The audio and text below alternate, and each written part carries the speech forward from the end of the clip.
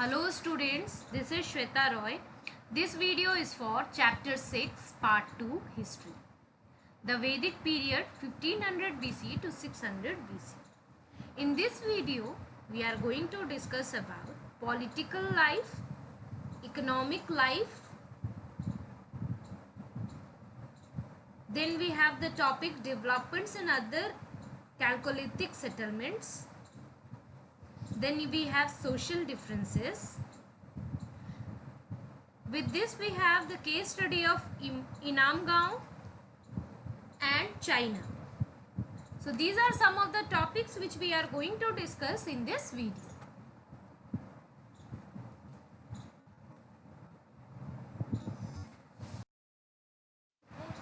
Now we will discuss about the political life of the Aryans. So there were kings. So during Rigveda period, people lived in tribes who were known as Jana. For example, Puru Jana, Bharat Jana, Yedu Jana, etc. So these kind of groups were there, tribes were there, and they were known as Jana. So each Jana had its own ruler, who was generally known as Rajan or Raja. This Rajan was chosen by the people in the assembly. These Rajas were often brave and skillful warriors.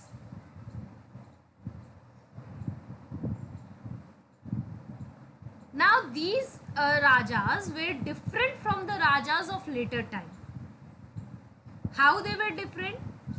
They did not have capital cities, places or armies. They did not collect taxes. Generally, sons did not automatically succeed fathers as Rajas. So these things were not there in the political life of Aryans. Then we have war. War were frequently fought during this period. And that is why there are many prayers in the Rig Veda for children, especially for sons and horses. Most men took part in wars, and horses were yoked to chariots that were used in battles. There were no regular army, but there were assemblies where people used to discuss the matters of the war and peace. Now, battles were fought for many reasons, like to capture the cattle, to capture land for pasture and growing crops. Also, a war was fought for water and to capture people.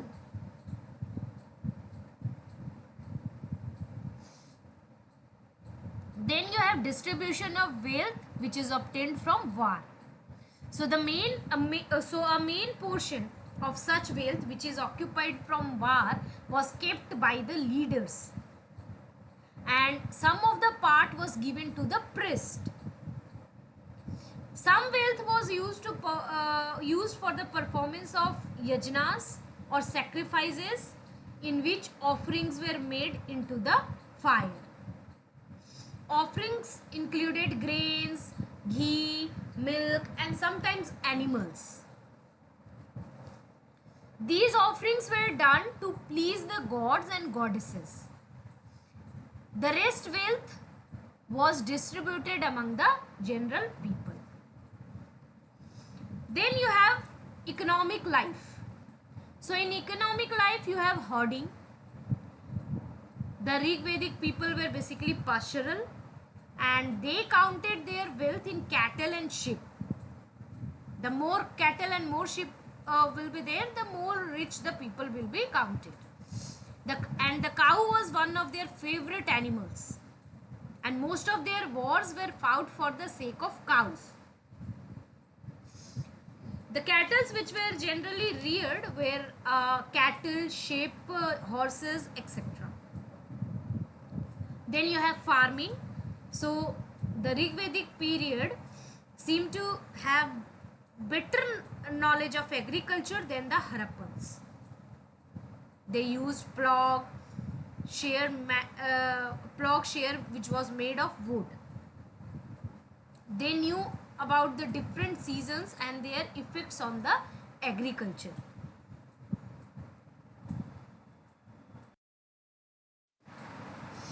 Then other occupations were also there, which is mentioned in the Rig Veda, like artisans and craft persons, including metal workers, chariot makers, potters, weavers, and leather workers. These were also there. Gold and silver were used to make ornaments, and copper and bronze were used to make tools, weapons, and other things. Then you have developments in other Chalcolithic settlements. So Rig Veda was being composed in the northwest part of the Indian subcontinent, and at the same time other parts of the subcontinent were also being noticed for many other developments, like megaliths in burial site.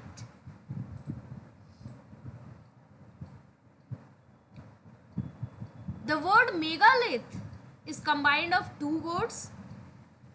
Mega means big, liths means stones. So the megaliths refer to big stones or stone boulders. And these were used to mark burial sites in the northeast, Kashmir, and throughout the Deccan area in South India. Now the practice of erecting megaliths began about 3000 years ago. Archaeologists have found some megaliths on the surface, while others were megalith burials are often underground. Also, they found a circle of stone boulder or single large stone standing on the ground, and this means it is an indicator that there is a burial under the ground.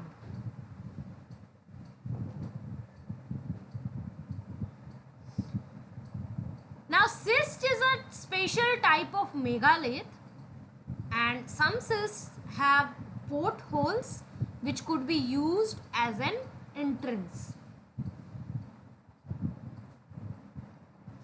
Now we will discuss about common features of the burials. So megaliths were used to mark the burial sites, and dead were buried with distinctive pots which are called black and red ware. Tools and weapons of iron have been found in the burials. Here you can see some of the important archaeological sites which you have already studied in previous chapters also.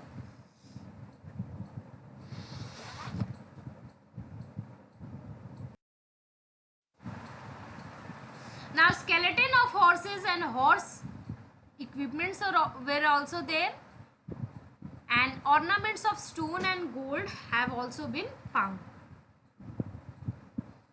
Now we will discuss about the social differences.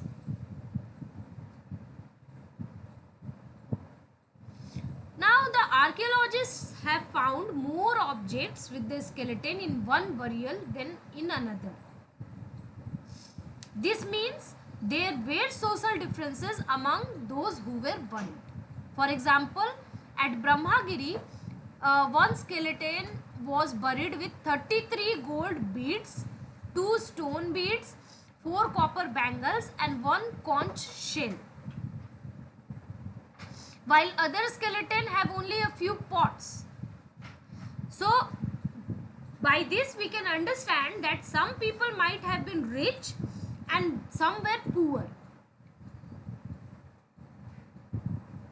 So may have been leaders or chiefs, whereas others were followers. So the leaders were having more of the ornaments and things buried with them, and the poor who were basically followers, they were having very less things buried with themselves. Family burial spots. So archaeologists have also found megaliths under which there were many skeletons, and by this we can understand the members of the same family were buried in the same place but in different times, and the bodies of those family members who died later were brought into the burial through the portholes. Portholes were as an entrance for bringing those bodies into the burial who died later. People used to recognize their family burial sites whenever required through stone circles or boulders, and that were placed on the surface of the burials. Now we have a case study of Inamgaon, which is inside the subcontinent. So you can find the Inamgaon in the map which is given the important archaeological sites. In that you can see where is Inamgaon. It is situated at the river God, a tributary of river Bhima. Now this place was occupied between 3600 and 2700 years, and adults were generally buried in the ground, laid out straight with their head towards the north. Sometimes burials were made within the houses. Vessels, probably filled with food and water, were left with the dead. Archaeologists found one man buried in a large four-legged clay jar. It was buried in the courtyard of a 5-roomed house. It was one of the largest houses at site in the center of the settlement. A granary was also situated in the house, and the body was placed in the cross-legged position. Now, occupation at Inamgaon. So, archaeologists have found seeds of wheat, barley, rice, pulses, millets, peas and sesame at Inamgaon. Also, bones of several animals were found, and many of the bones have cut marks. That means they may have been used as food. And this includes animals like cattle, buffalo, sheep, goat, dog, ash, pig, horse, sambar, antelope, black buck, spotted deer, mongoose and hare. Beside this, crocodile, turtle, crab, fish and birds were also there. So these evidences proves that fruits such as jamun, amla, bear, dates and a variety of berries were collected.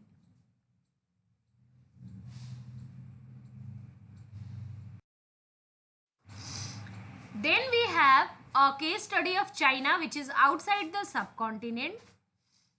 And some of the earliest evidence of writing in China around 3500 years ago were found. Now these writings were on animal bones, and these are called oracle bones because they were used to predict the future. Now kings got scribes to write questions on the bones, like would they win the battle, would the harvest be good, would they have sons, and the bones were then put into the fire and they cracked because of heat. Then fortune tellers studied these cracks and tried to predict the future.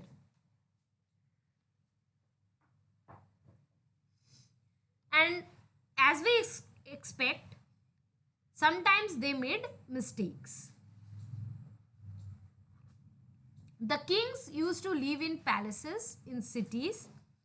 They amassed vast quantities of wealth, including large, elaborately decorated bronze vessels.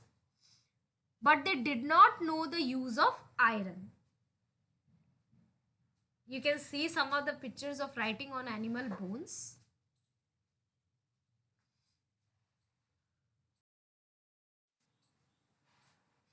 I hope you all understood all the topics taught in this video.